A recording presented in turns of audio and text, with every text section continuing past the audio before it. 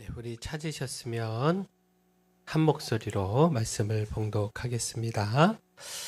아브라함이 이에 번제 나무를 가져다가 그의 아들 이삭에게 지우고 자기는 불과 칼을 손에 들고 두 사람이 동행하더니 이삭이 그 아버지 아브라함에게 말하여 이르되 내 아버지여 하니 그가 이르되 내 아들아 내가 여기 있노라.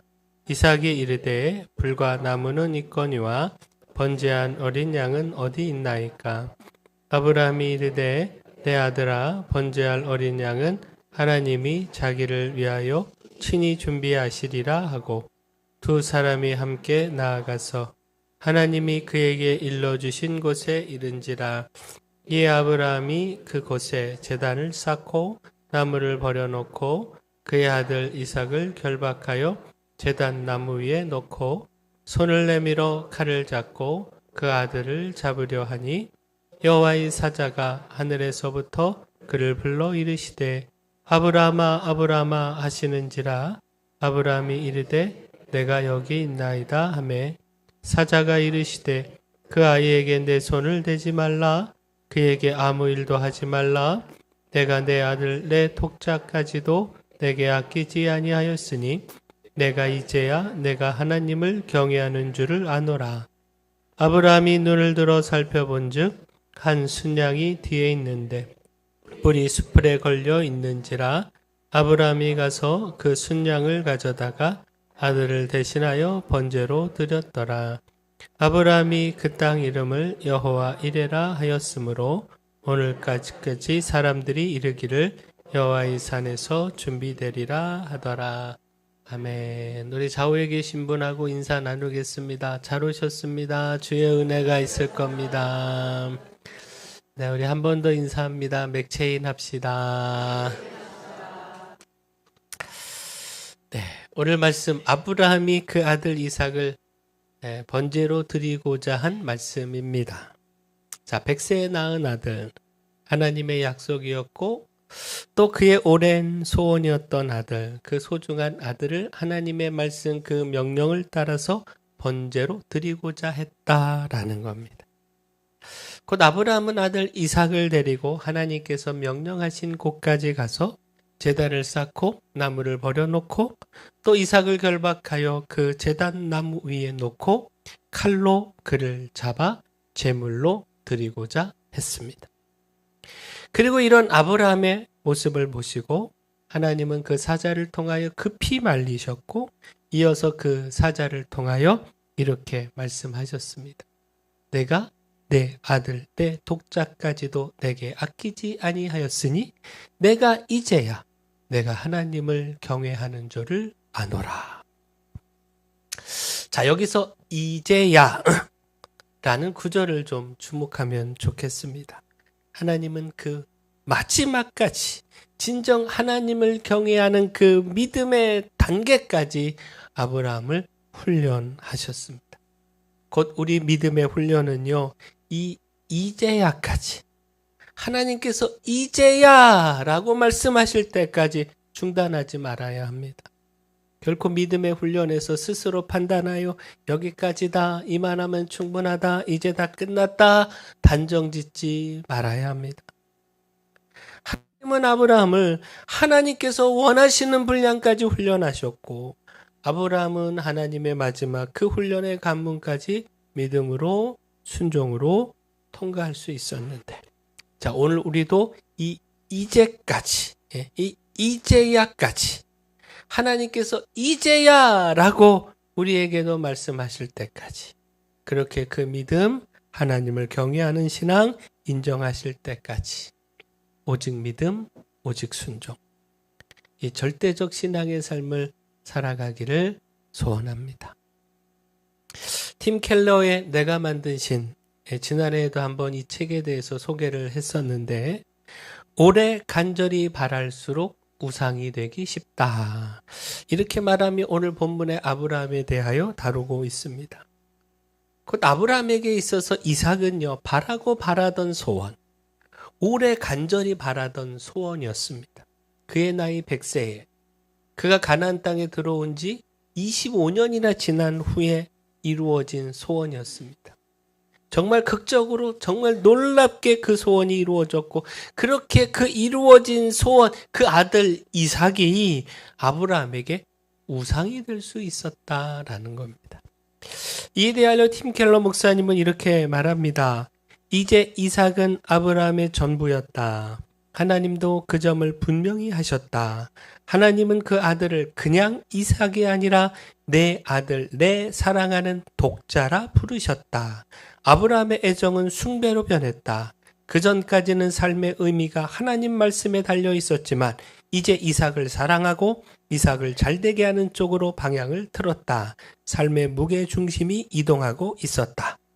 하나님은 아들을 사랑해서는 안 된다고 말씀하신 게 아니라 사랑의 대상을 가짜 신으로 둔갑시켜서는 안 된다는 것이었다. 누구든지 자녀를 참 하나님의 자리에 두면 거기서 우상 숭배 같은 사랑이 싹튼다. 그 사랑은 자녀를 숨막히게 하고 관계의 목을 조른다. 다시 말해 하나님께서 아브라함에게 이삭을 번제로 드리라 이렇게 명령하신 건 이것은 다른 이유가 아니라는 겁니다. 이를 통하여 무엇이 더 소중한가? 진정 내가 섬기고 경외해야 할 참 하나님은 누구인가? 이를 되짚고 되새기며 결단케 하도록 그렇게 명령하셨다라는 겁니다. 곧 하나님이 이렇게 명령하며 개입하지 않으셨다면 아브라함은 틀림없이 그 세상 무엇보다도 이 아들을 더 사랑했다는 겁니다. 이는 우상숭배고 그리고 이 우상숭배는 결국 해를 자초하고 만다라는 겁니다.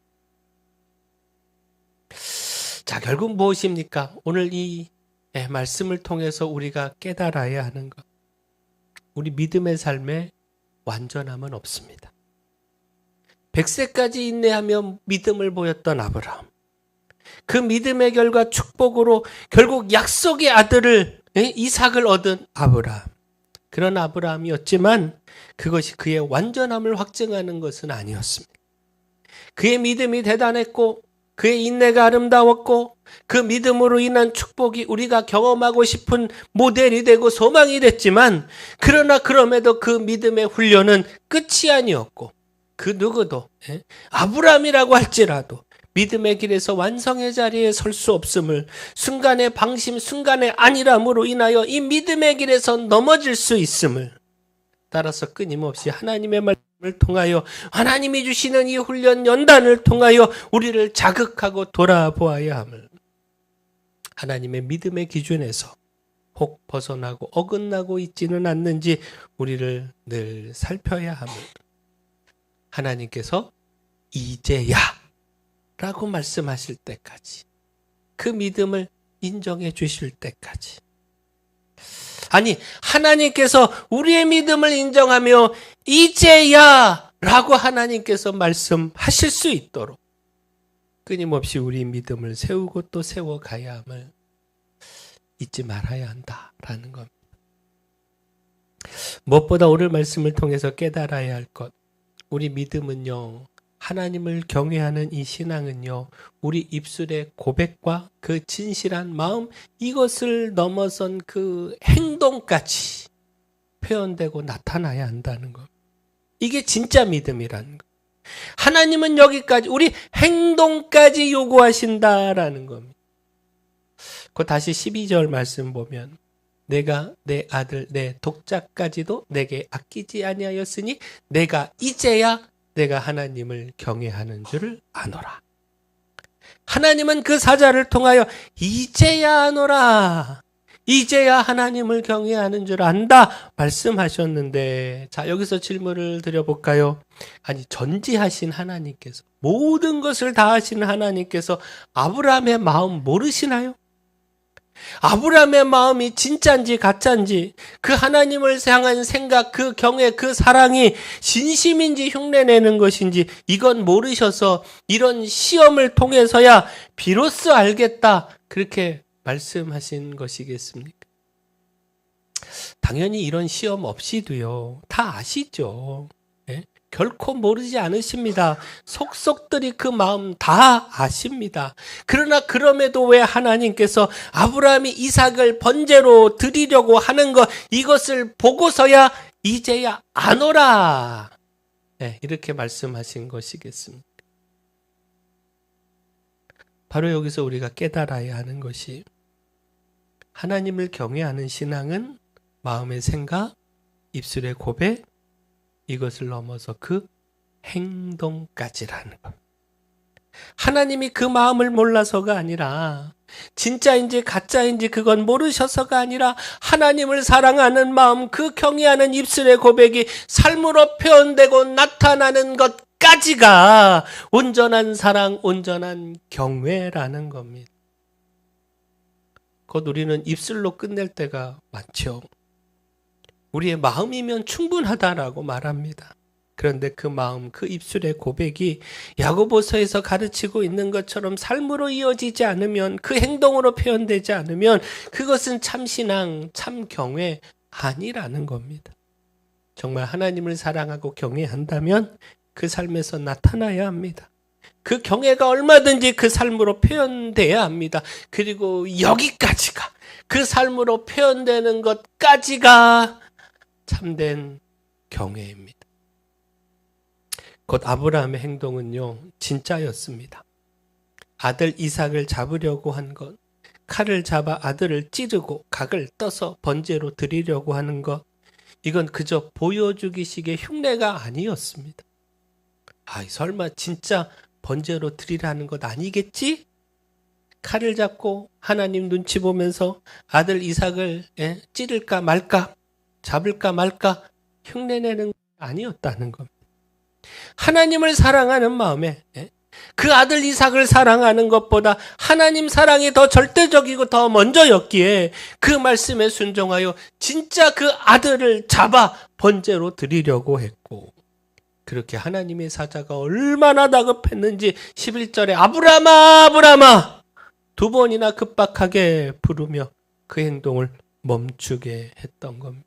그리고 내가 이제야 내가 하나님을 경외하는 줄 아노라 말씀하시며 그 믿음을 인정해 주신 겁니다.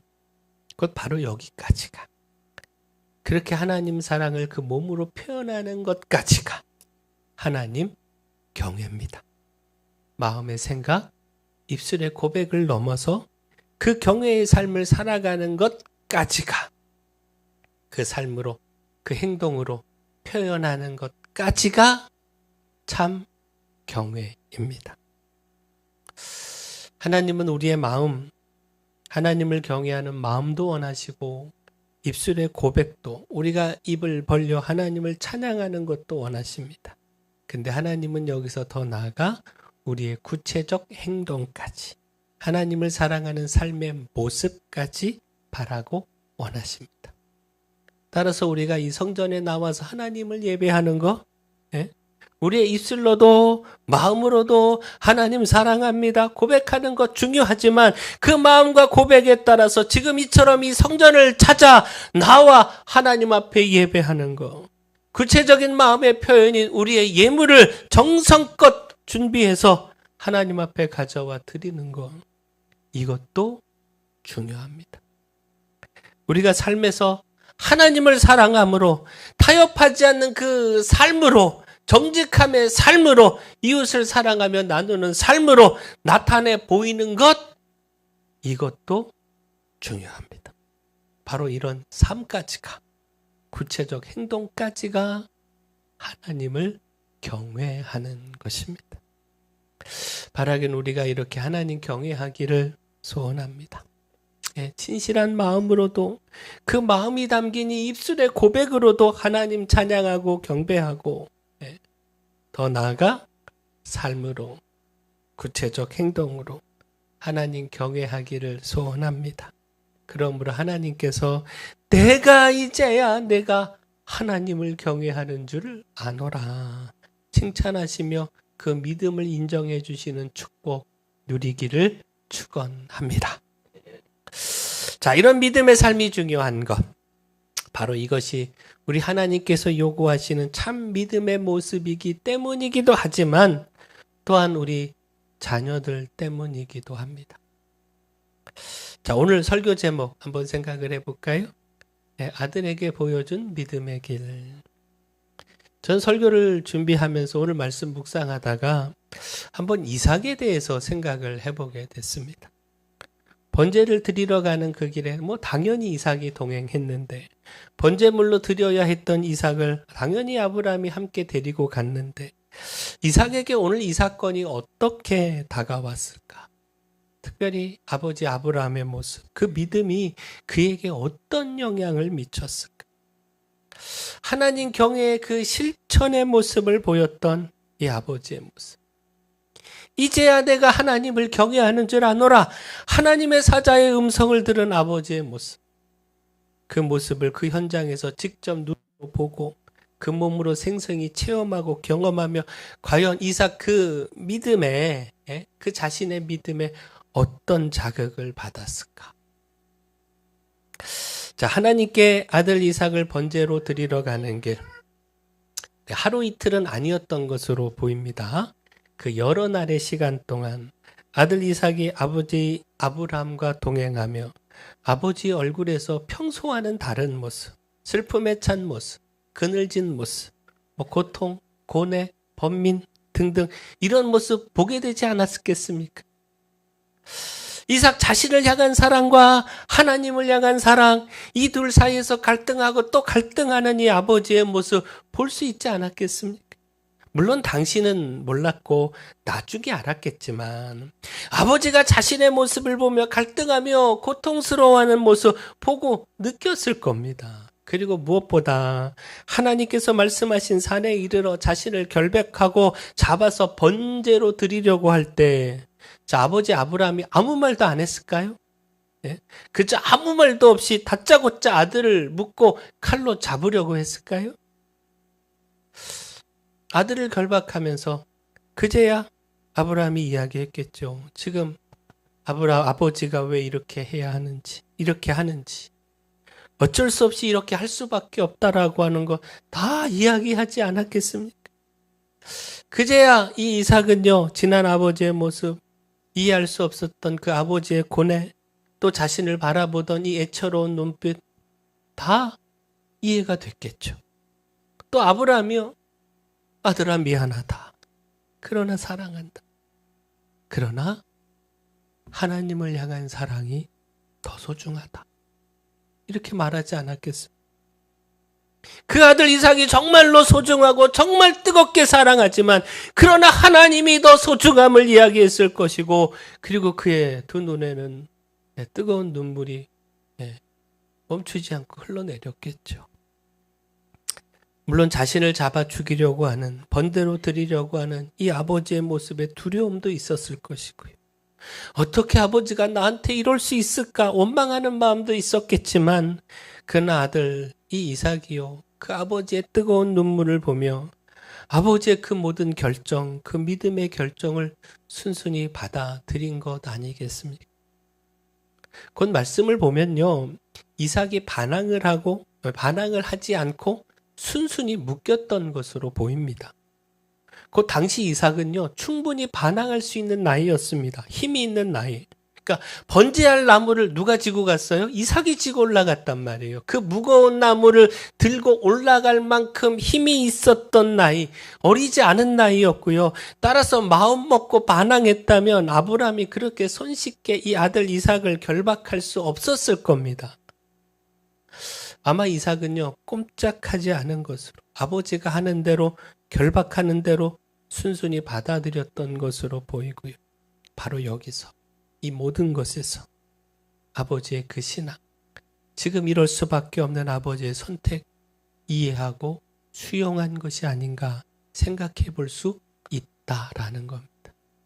그런데 이후 그렇게 죽을 각오를 했는데 그 무시한 무서운 그 칼이 들어 올려진 걸 봤는데 하나님의 사자의 급박한 음성이 들리고 그 사자가 급히 아버지 아브라함을 말리고 내가 이제야 내가 하나님을 경외하는 줄 아노라. 그 아버지 아브라함의 믿음을 칭찬하는, 인정하는 그 칭찬을 듣고 이 모든 생생한 체험이 그 아들 이삭으로 하여금 아버지의 신앙, 절대적 신앙, 결코 타협할 수 없는 하나님 그 사랑과 경외의 신앙, 이 신앙을 가슴에 새기며 담게 하지 않았겠습니까? 팔라벤을 둔 부모님이 있었습니다. 하나님을 믿는 백성은 기도로 하루를 시작해야 한다. 이렇게 생각한 이 부모님은 매일 새벽 자녀들을 깨워서 가정 예배를 드렸습니다.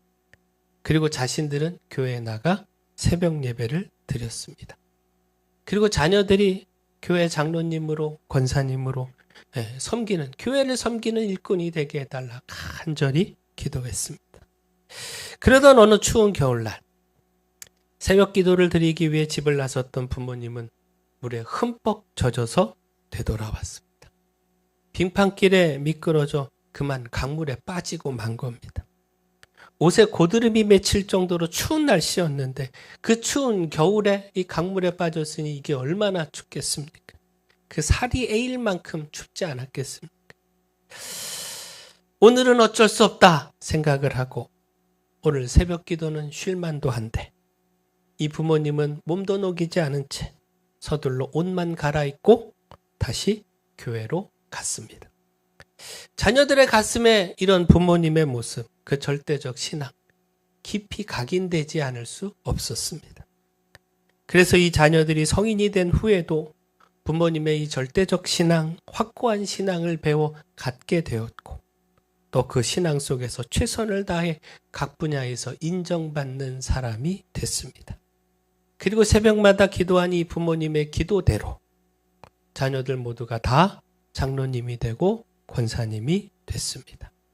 특별히 그중 한 명은요, 법무부 장관이 됐고 또 한 명은 제14대 15대 국회의원이 됐고 또 한 명은 미션스쿨의 교장 선생님이 됐고 또 두 명은 탄탄한 기업의 회장님이 되셨고.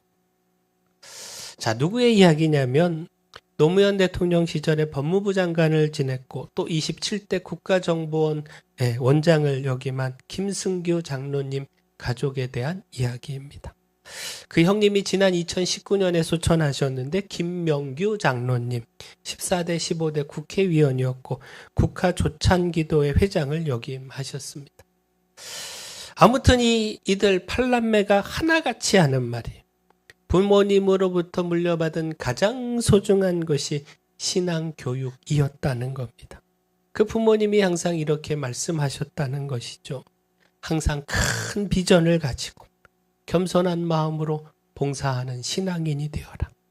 남에게 유익을 주고 선을 베풀고 그런 꿀벌과 같은 인간이 되고 이웃과 교회와 사회에 덕을 끼쳐라.